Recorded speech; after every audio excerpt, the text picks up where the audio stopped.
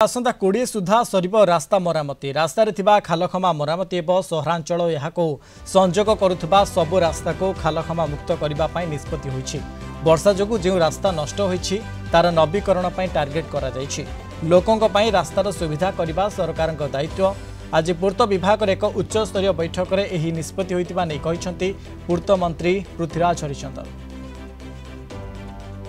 Eighty आलोचना भितरे समस्त रास्ता को आसंता 20 तारीख सुधा पटहोल फ्री करने जो परिकल्पना डिपार्टमेंट थिला से कथा अनुजाई तांको समस्ते निज निजर टास्क को सांगे क्यारी करने समस्त को से अनुजाई कह एवं जोठी जोठी ओडिशा रे समस्त अर्बान एरिया रे एवं सहर मानक जोगाजोग करुवा सब रास्ता गुड़ी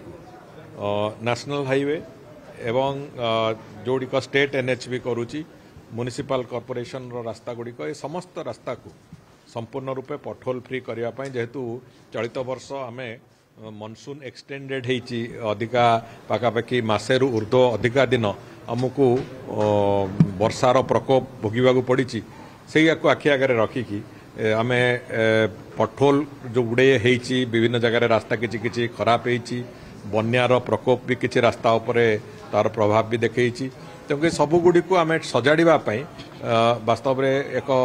गोटे कम्प्रिहेन्सिव प्लान आज से बाबद में चर्चा आलोचना होती आम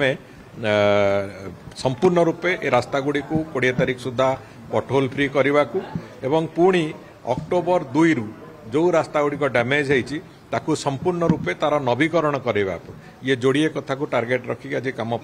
योजना कराई से अनुसार निर्देश दिखाई विभाग तरफ।